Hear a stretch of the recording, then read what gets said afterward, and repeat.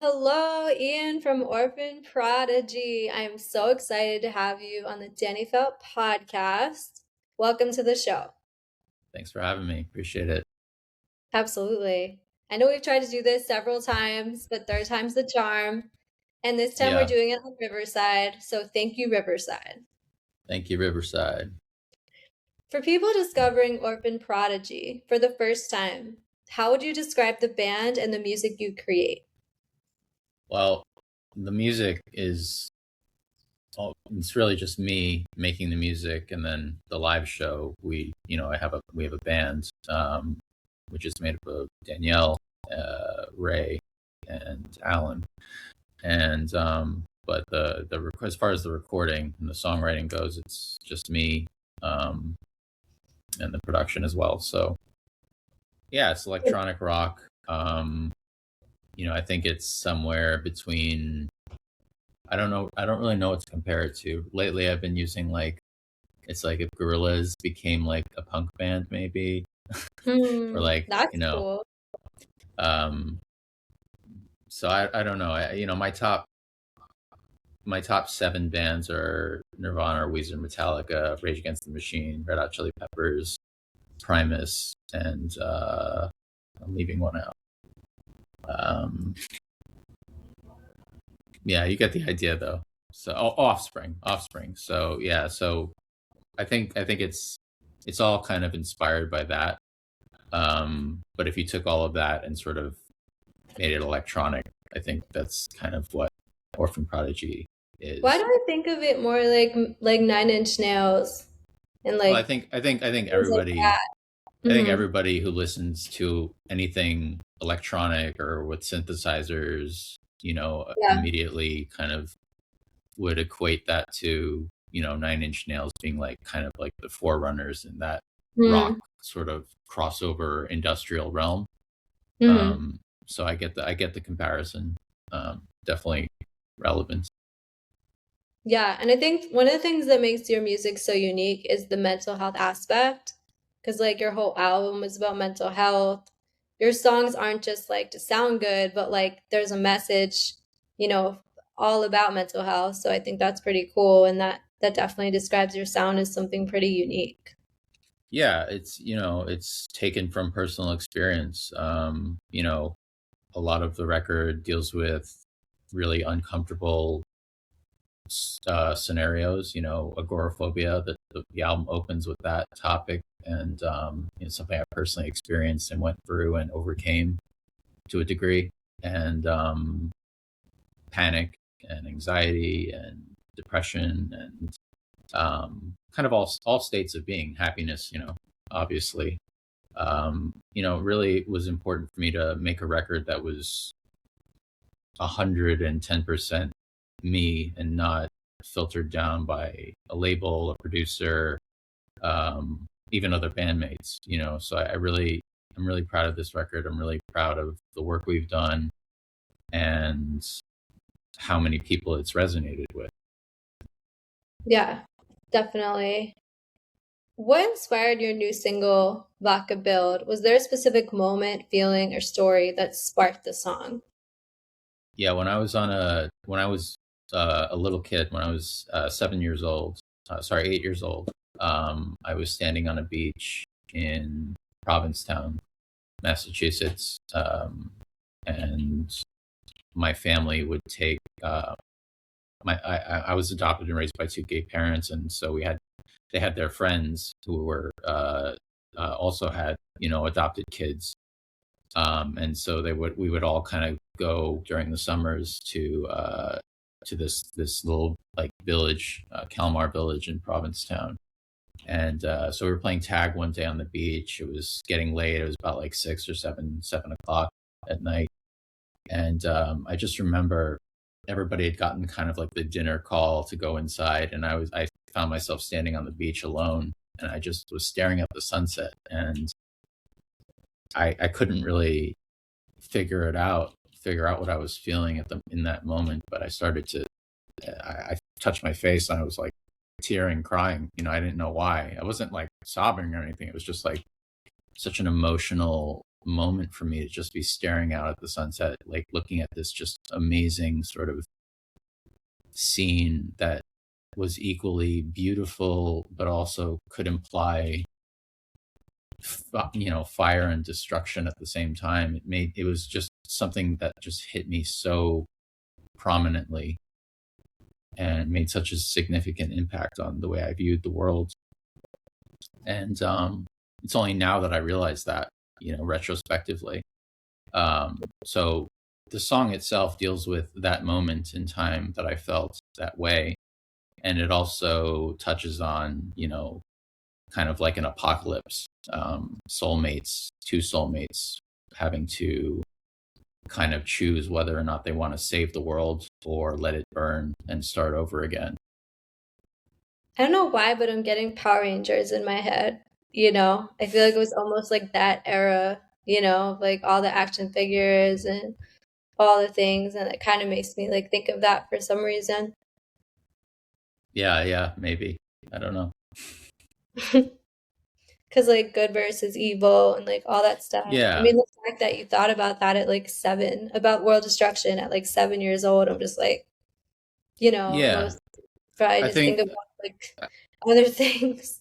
yeah, I think, yeah, you said good and evil, and I think good and evil. The best art, I think, for me, or that resonates with me the most, has always been good and evil, like Star Wars and, the Matrix and things like that. Like just like a clear definition of evil. Hmm. Um, you know, going back to like World War II and how, there was, just, you know, the world was fighting oppression and tyranny. Um, Hmm. Whenever there's like a clear enemy and a clear good guy, that's what I sort of gravitate towards. Hmm. It's a very, so I think you're right. I think it is definitely inherently about good and evil. Yeah. I mean, that's just so deep to think about as like a 7-year-old. Like Yeah. that's wild that like you were thinking like that hardcore at like 7 years old. Well, I didn't know it at the time. I didn't, because obviously I Okay. didn't have the knowledge that I have now. I felt it. It was more felt than, based on But still. tangible thoughts. But that's deep for 7, you know? Like I feel like at 7 you're like, let's get pizza, let's go to the beach, let's eat ice cream, not like let's think about the world. Yeah, well, I guess I'm very dramatic in that way. Even at 7, yeah, that's very dramatic. Yeah, I'm a Um, pretty dramatic guy. the song touches on emotional struggles and the ways people cope. What message or feeling did you want listeners to take away from it? Um, that we have a choice, especially now, Hmm. politically and, just from a worldly sense. I think we always have a choice to be, in a position of making the world a better place or a worse place. And Hmm. it's ultimately up to us to make that decision where we want to be at the end of the day. Yeah. It's like a reminder. We have a choice, the blue pill or the red pill. Like, what path Yeah. do we want to go down? What way do we want to perceive things? What action steps do we want to take in our life to make decisions? You know, Yeah, it's like you exactly. always have a choice. How does Vodka Build fit into the bigger story of Orphan Prodigy and where the band is headed? Yeah, I think it's, on the album, it's, I consider each song like a chapter, like in a book. Mm.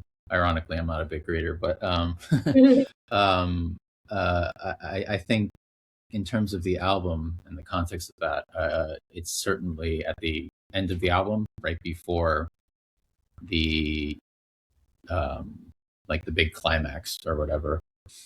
Um, so I think it's definitely kind of leading towards what Orphan Prodigy will become on the next record. Um, Mhm.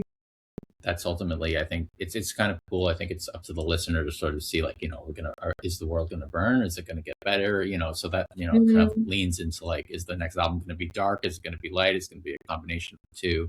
Mhm. So I think that's kind of where it lives in the storytelling of it. And I'm guessing you can't give us any hints or anything like that about like the next album. Well, I don't know. I I understand if you're not allowed to talk about it yet. I was just curious. I think well, what I can say is that the next album is going to be this album on steroids. Whoa. Whether it's light or dark. I do have the album written already. Wow. So it's just a matter of when we're going to release it. Obviously, we're still promoting this record, 100%. um, but yeah, it's going to be a very intense record. I'll say that. If you thought this one was intense, I think the next one's going to be I even think this whole record is very intense. I mean, Baka so. Build is so intense. Like, I can't even imagine on steroids. Like, Yeah, even, it's definitely going to be like at least times five the intensity. wow, So that's wild. Man. Mental health and vulnerability are important themes in a lot of music today. Why was it important for you to be honest about those experiences in your songwriting?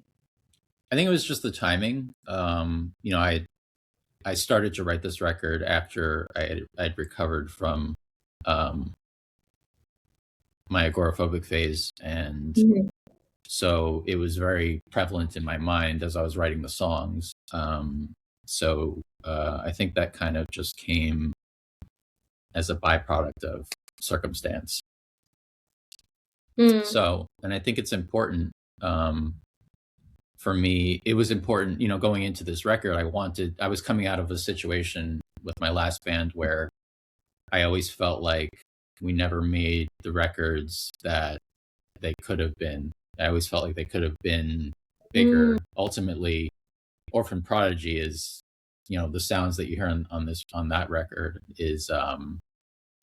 it's what you should have heard, in 2016, or whatever. wow. So um, that's always kind of the direction I wanted to be writing in. It's always the way I've written songs is a very maximalist approach with a lot of instruments electronically, and then a band would sort of take those parts and interpret them. And because I was in a three piece at the time, the parts, obviously we couldn't have 20 parts going on at the same time. And so I always felt like I never wanted to go through that again. And like with Orphan Prodigy, like I said at the start of this conversation, I wanted it to be 110% freedom and totally unedited version of me in the songwriting.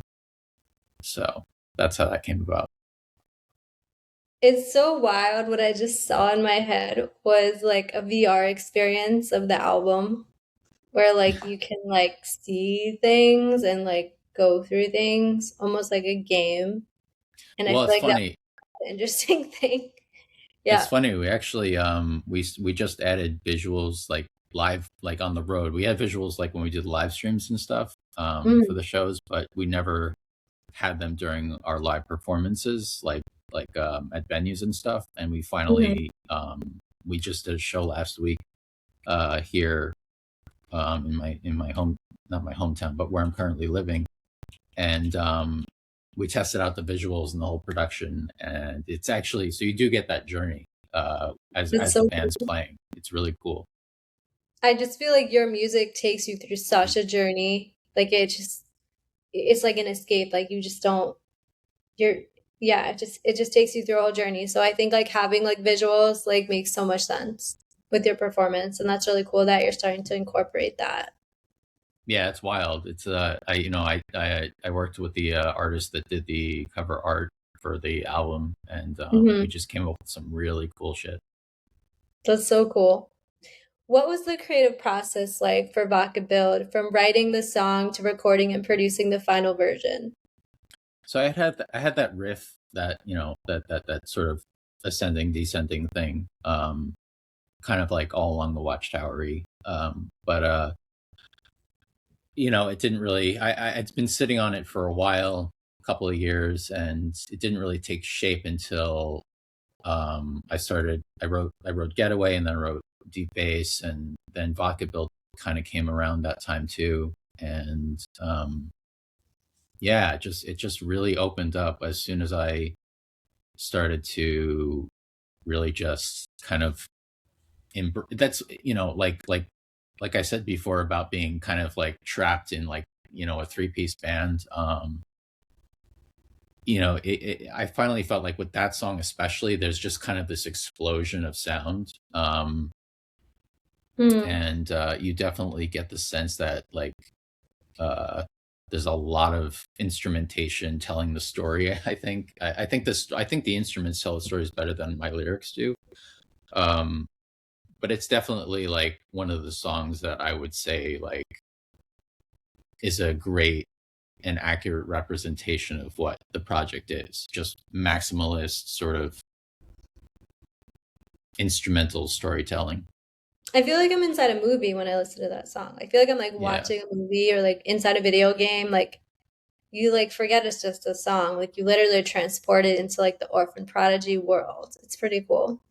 Yeah, that's awesome. I mean, like that's like how I feel on the inside. So it's great to like hear that it sort of resonates that way I for think you. you've definitely like mastered the art of like building a world, you know? Like I when love me and that. when me and Evan, we've done a lot of branding for artists, and we talk about world building a lot and the importance of artists like really like building a whole world around what they do. It's not enough to just have a catchy song. Like you need to really build this entire listening experience and really connect with the fans. And I feel like you've definitely mastered the world building aspect. Yeah, thank you. It's definitely not something that I intend to do. I think it's just the way that I've always lived. Like I don't digest, a song. I digest an album. I don't.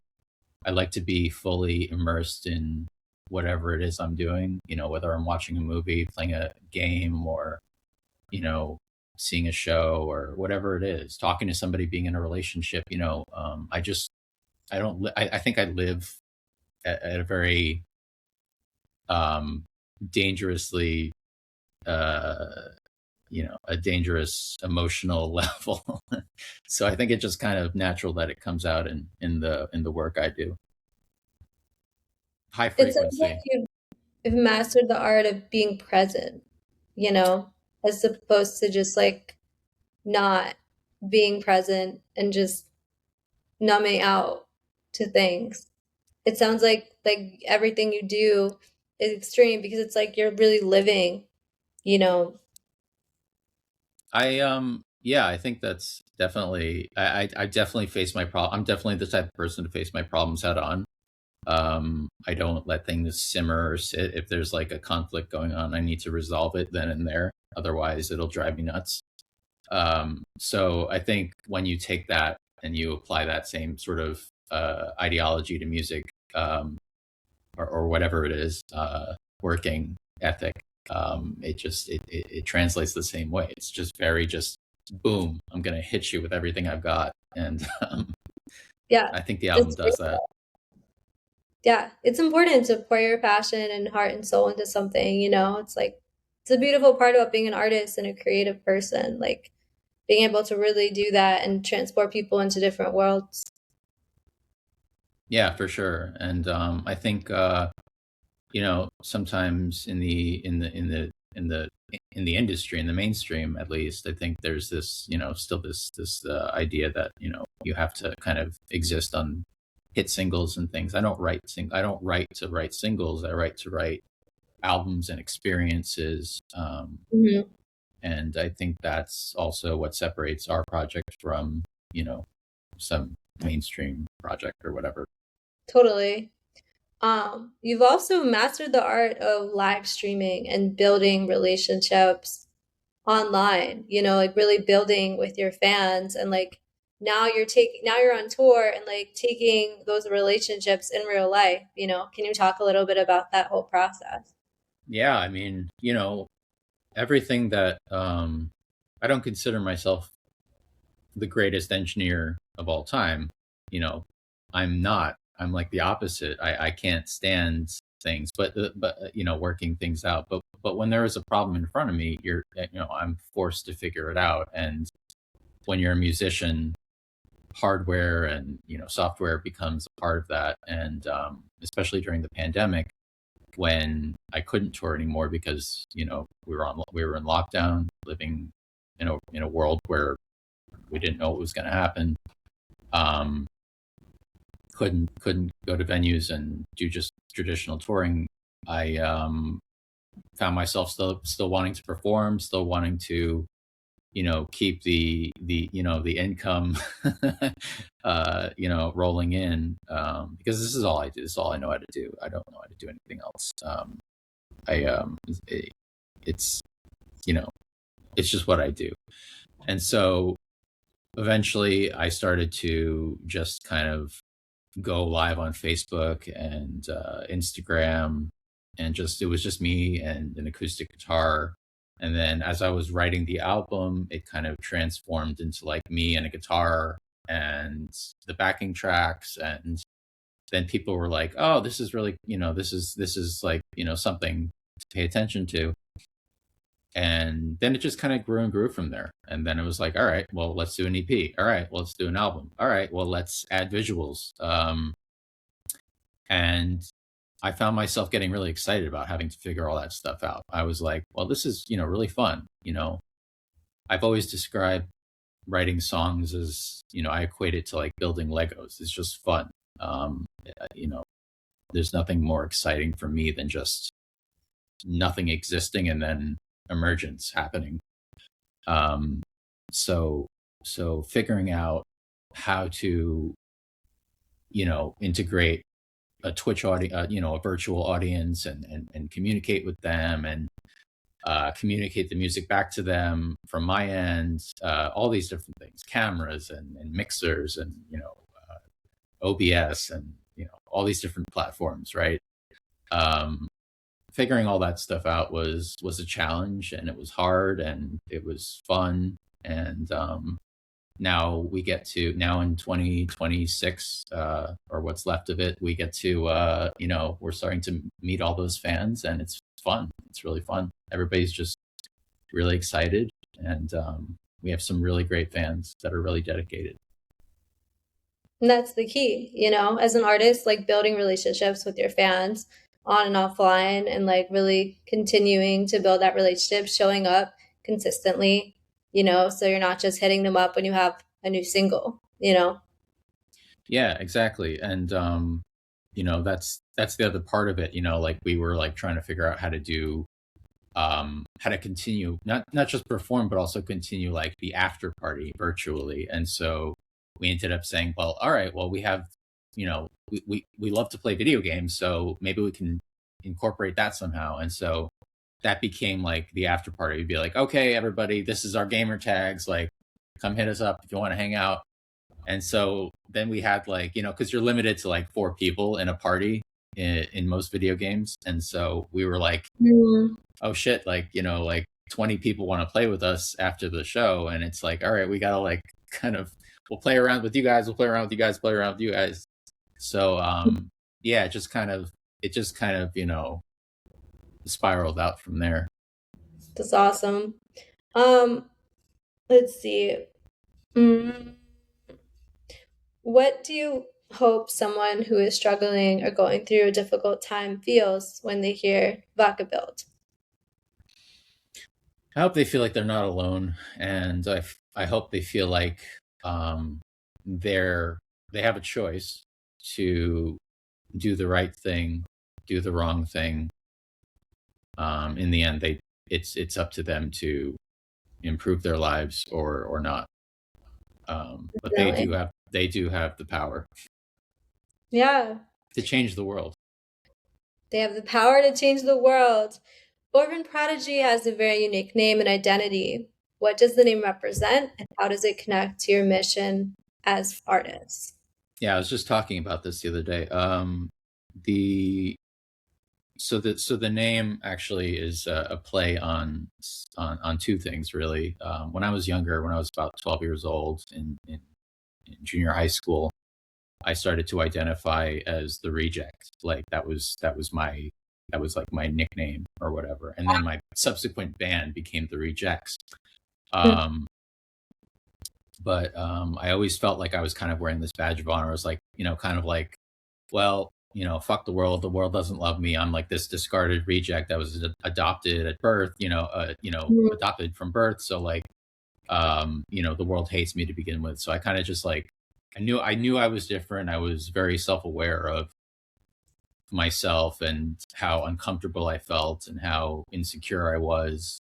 And I felt basically worthless inside. But I used that to sort of power the positives in my life, like songwriting and starting a band and getting into music. And, um, but it was a really, it was a really, it's hard to feel that way inside every single day, every moment of your life, Um, so Yeah, so the definitely. prodigy, so the orphan part is relating back to that initial feeling of feeling discarded and rejected. The Mhm. prodigy part comes from trying to put a positive spin on the that color of being an orphan. So orphan by itself has like this, maybe a color or a negative connotation to it, but when you put prodigy next to it, I feel like it sort of lifts it up into a different space and changes the color and makes it a little brighter, a little more confident, um, a little more, Appealing. capable. Yeah. And by no means do I consider myself a prodigy. It's not that. It's more. The truth of it is that I do all the music myself. So that's maybe that's where that comes from, the singular part of it. Um, but yeah, it's really just about painting uh, taking that reject energy and kind of embracing it, accepting the past, and coming out into a new positive space and perspective. I love that. Um, what's next for Orphan Prodigy? What can listeners expect from you in the coming months? Well, right now we're on tour. Next week we'll be in Ohio, and yeah, I think we have like 20 24 dates lined up, and then after Wow. that we're gonna be uh, taking a little bit of a break, and in the fall, in the late fall, we'll be back to more shows. Heck yeah. LA, come to LA. I've been Yeah, telling you. soon You enough, just soon have the enough. West Coast. Yeah. Awesome. And where can people listen to your music and connect with you and all of that? Well, if you want to see our videos, you can go to YouTube at Orphan Prodigy. I'm on Instagram all the time. It's at Orphan Prodigy. Facebook at Orphan Prodigy. Um, Twitch at Orphan Prodigy if you want to hang out and game with us. That's fun too. And catch our live shows at orphanprodigy.com. We have a tier-based subscription service that you can choose what you want to choose, how many shows you want to see a week, and we will do our best to deliver the best entertainment to you as possible. Heck yeah. I Yeah. love it. Thank you so much, Ian, for coming on the podcast. And until next time, Danny Belt Podcast. I'll see you soon. Thanks for having me.